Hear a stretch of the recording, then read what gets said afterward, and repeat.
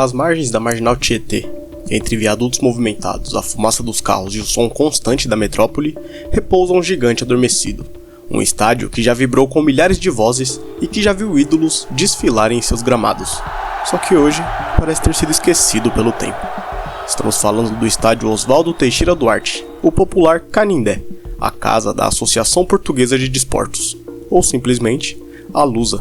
Localizado no bairro do Canindé, na zona norte de São Paulo, o estádio fica praticamente à beira da Marginal Tietê, uma das principais artérias viárias da capital paulista, a poucos minutos da rodoviária do Tietê e cercada por bairros populosos como Pari, Bom Retiro e Santana.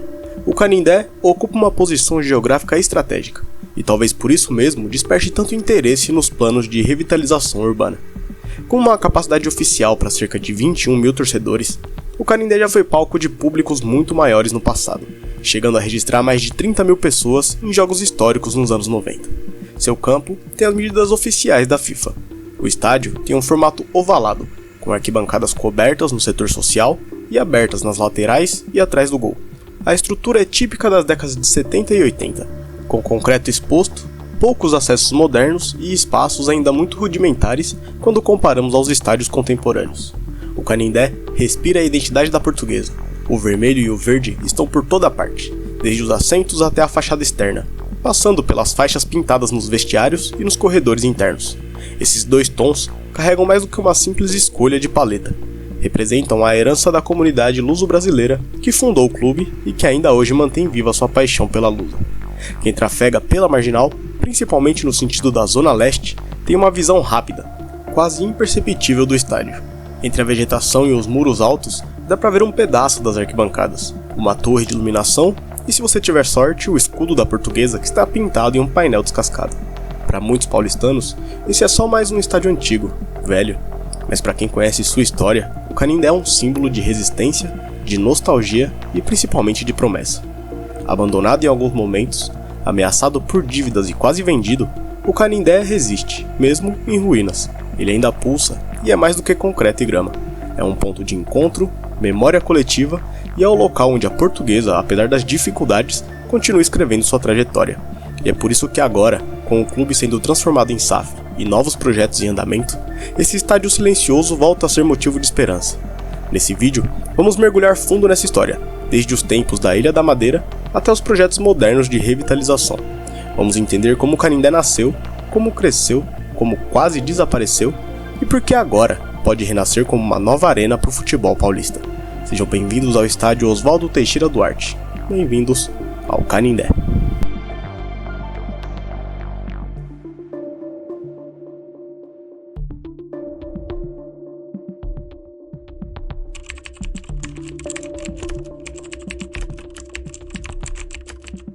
Quem me acompanha há mais tempo sabe que eu acredito que para entender o presente e vislumbrar o futuro é essencial revisitar as origens. E no caso do Canindé, elas remontam a um período de transformação política e social no Brasil. Na década de 40, o terreno onde hoje se ergue o estádio do Canindé era utilizado pela Associação Alemã de Esportes. Contudo, com a Segunda Guerra Mundial e o rompimento das relações do Brasil com os países do eixo, clubes de colônia desses países sofreram pressões para se nacionalizarem. Assim, em 1942, essa associação foi incorporada ao São Paulo Futebol Clube, que utilizou o local como centro de treinamento.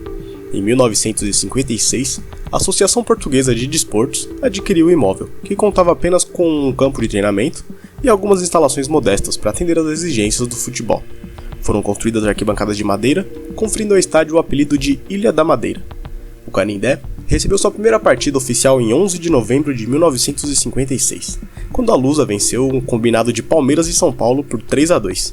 Nelsinho do São Paulo marcou o primeiro gol da história do estádio. Naquela época, o estádio possuía uma estrutura simples, arquibancadas de madeira, alambrados e vestiários básicos. Apesar das limitações, se tornou um símbolo de resistência e paixão para os torcedores da Lusa. Com o passar dos anos, o Canindé passou por diversas reformas e ampliações. Em 72, foi oficialmente inaugurado como Estádio Independência, com arquibancadas de concreto e capacidade para 10 mil espectadores. Posteriormente, foi rebatizado como Estádio Dr. Oswaldo Teixeira Duarte, em homenagem ao presidente do clube. Hoje, o estádio se prepara para uma nova transformação. Com a recente conversão da Portuguesa em SAF, existem planos para revitalizar o Canindé. transformando ele em uma arena moderna e multifuncional, inspirada em modelos como o próprio Allianz Parque do Palmeiras. Das arquibancadas de madeira às ambições de uma arena moderna, o Canindé reflete a trajetória da Portuguesa, uma história de desafios, superação e esperança.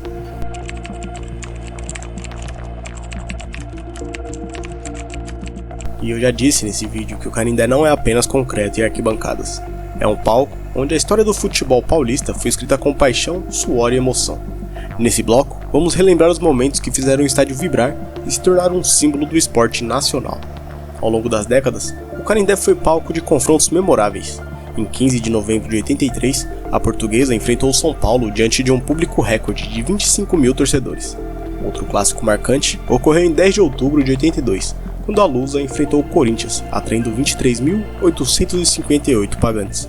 O estádio também testemunhou partidas emocionantes, como o confronto entre Portuguesa e Vasco em 2001, que terminou com uma vitória da Lusa por 5-4, com 3 gols de Ricardo Oliveira. Esses jogos ficaram gravados na memória dos torcedores. E além do futebol, o Canindé foi palco de eventos culturais e sociais. Em 2023, a Portuguesa organizou uma fanfest para se despedir do estádio antes das reformas, com apresentações musicais, danças folclóricas e o tradicional bolinho de bacalhau, reunindo torcedores de todas as idades. O Canindé é mais do que um estádio, é um símbolo de resistência. Mesmo diante das adversidades, continua a ser um local de encontro para os amantes do futebol e da cultura.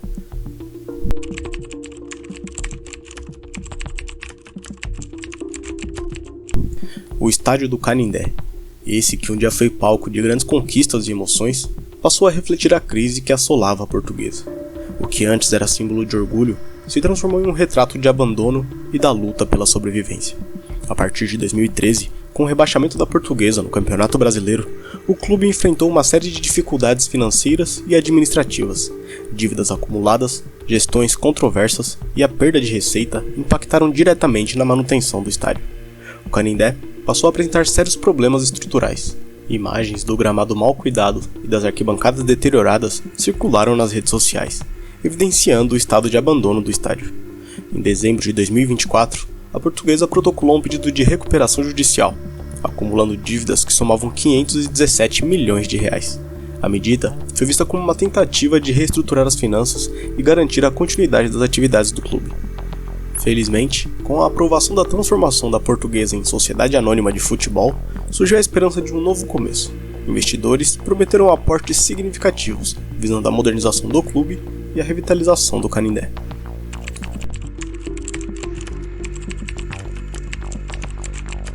Após anos de desafios e incertezas, a Portuguesa vislumbra um novo horizonte. Com a transformação em SAF, o clube inicia um ambicioso projeto de revitalização do estádio do Canindé, buscando resgatar sua grandiosidade e se adaptar às exigências do futebol moderno. Em 2024, a Portuguesa oficializou sua transformação em SAF, abrindo caminho para investimentos significativos.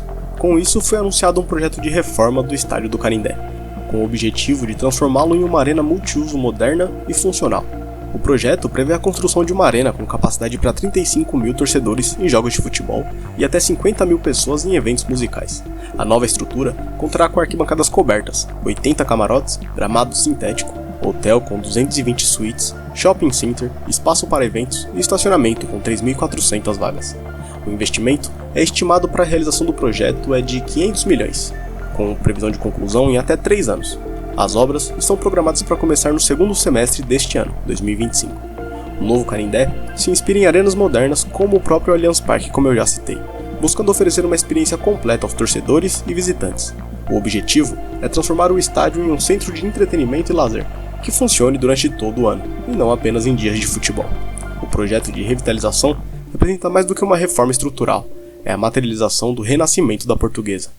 Por isso, lembre-se, às margens da Marginal Tietê, o estádio do Canindé se prepara para um novo capítulo. Com a transformação da Portuguesa em SAF, o clube vislumbra um futuro promissor, marcado por investimentos significativos e a promessa de resgatar sua grandeza no cenário esportivo nacional. A SAF prevê um investimento total de 1 bilhão nos próximos anos, com o objetivo de modernizar o clube e retornar à Série A do Campeonato Brasileiro até 2029. Parte desse montante será destinado à reforma completa do estádio do Canindé. A revitalização desse estádio não vai beneficiar apenas o clube, mas também a comunidade ao redor. O estádio se tornará um centro de entretenimento e lazer, impulsionando a economia local e fortalecendo os laços culturais da região. Apesar das expectativas positivas, é bom lembrar que o projeto enfrenta desafios, como entraves burocráticos e a necessidade de homologação da SAF junto às entidades esportivas. No entanto, a diretoria da Portuguesa e os investidores estão comprometidos em superar esse obstáculo para garantir o sucesso da nova era do clube. O estádio do Canindé, símbolo da paixão e da história da Portuguesa, está prestes a renascer. Com investimentos robustos e uma visão estratégica, o clube busca não apenas recuperar sua posição de destaque no futebol brasileiro, mas também deixar um legado duradouro para as futuras gerações. E agora eu quero saber de você o que você achou desse projeto. Você acredita no renascimento da Lusa? Deixe a sua opinião nos comentários. E se você curtiu esse conteúdo, se inscreve aqui no canal, ativa o sino para não perder nenhum episódio da nossa série sobre futebol paulista e compartilhe esse vídeo com aquele amigo que também ama a história do nosso futebol. No próximo episódio, vamos explorar outro estádio emblemático da cidade de São Paulo. Qual você acha que será? Deixa nos comentários e até o próximo vídeo.